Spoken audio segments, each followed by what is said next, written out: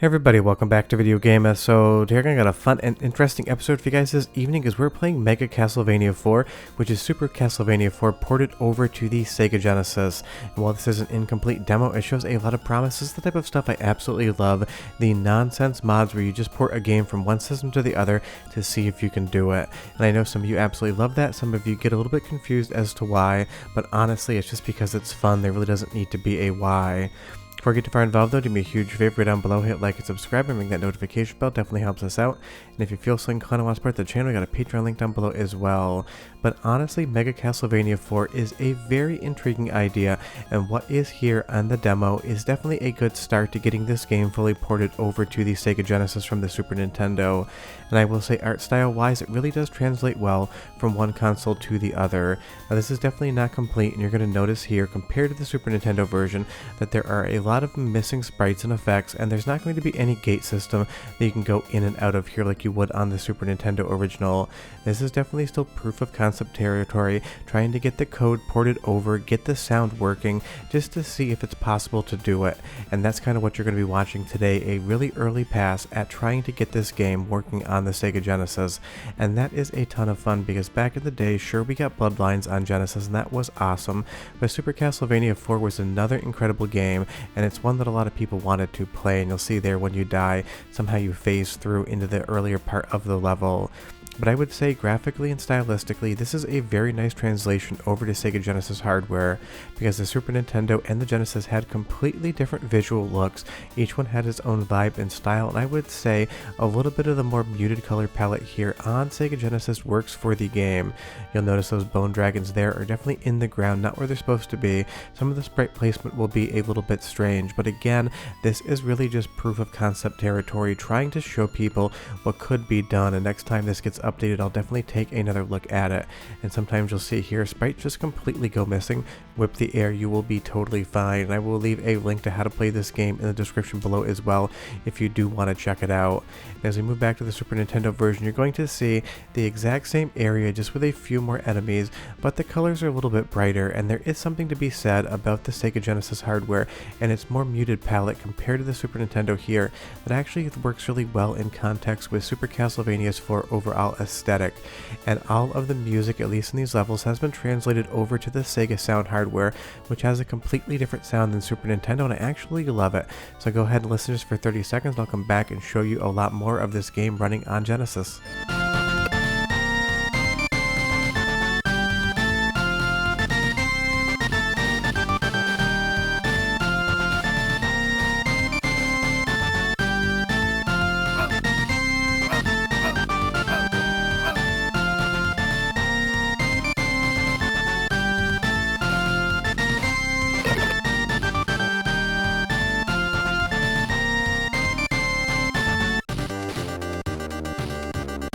It's a super effective translation of the Super Nintendo original soundtrack over to Sega sound hardware, and back in the day it was always considered that Sega Genesis had the worst sound hardware compared to Super Nintendo, but honestly it's just a different sound and a different vibe.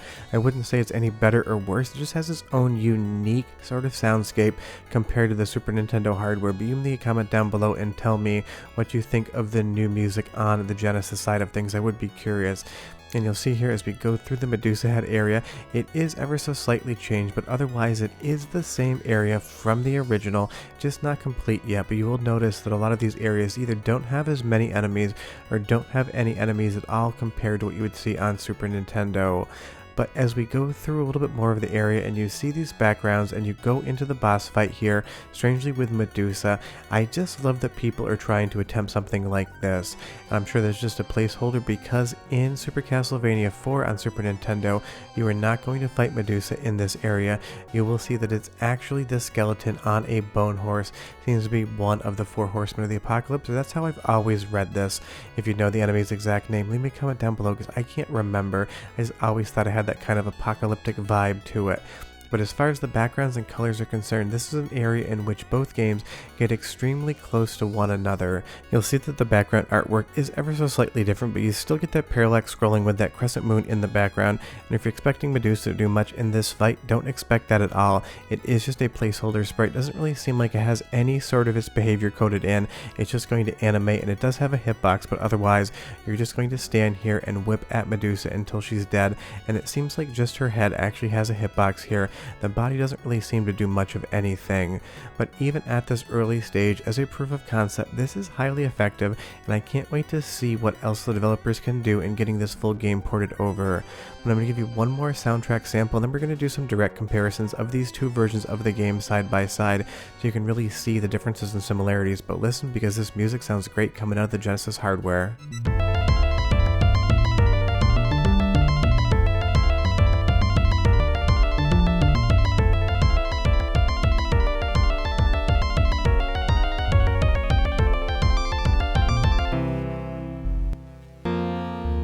I love the bassness and the reverb of the Genesis sound hardware compared to the Super Nintendo, and that kind of does play to the Genesis strength.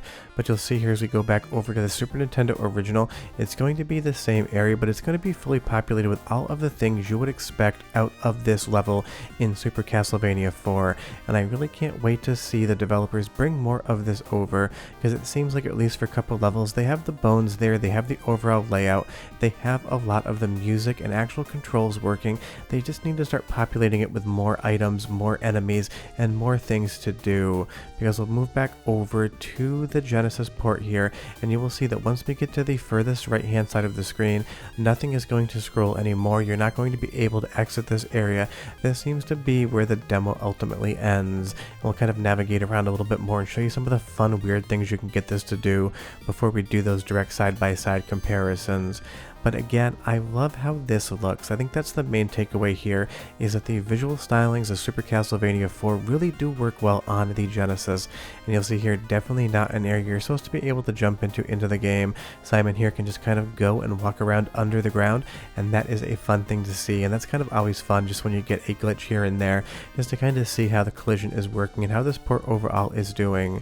But as we look side by side, Super Nintendo on the left and Sega Genesis on the right, you can see that the areas that work do look so hyper similar to each other. The color palette's a little bit different, the jump is a little bit off on Simon Belmont on Genesis, but otherwise it really does feel like a one-to-one amalgam of what the original game would be if it just didn't have any of the enemies or otherwise gates populated in the space. And I can't wait to see how else they do this port, because there's so many really interesting areas in the game, including some that have some of those Mode 7 graphic effects that'll be really hard to translate over to the Sega Genesis.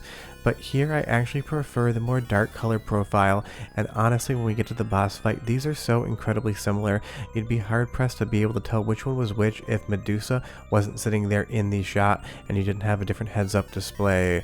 But these are the type of projects, sure, on paper, they don't really need to be done. We've got plenty of ways to play Super Castlevania IV, but honestly, why not have one more? The more Castlevania, the merrier. Just don't jump into the spike pit in the second level, or else you're never going to be able to jump and escape.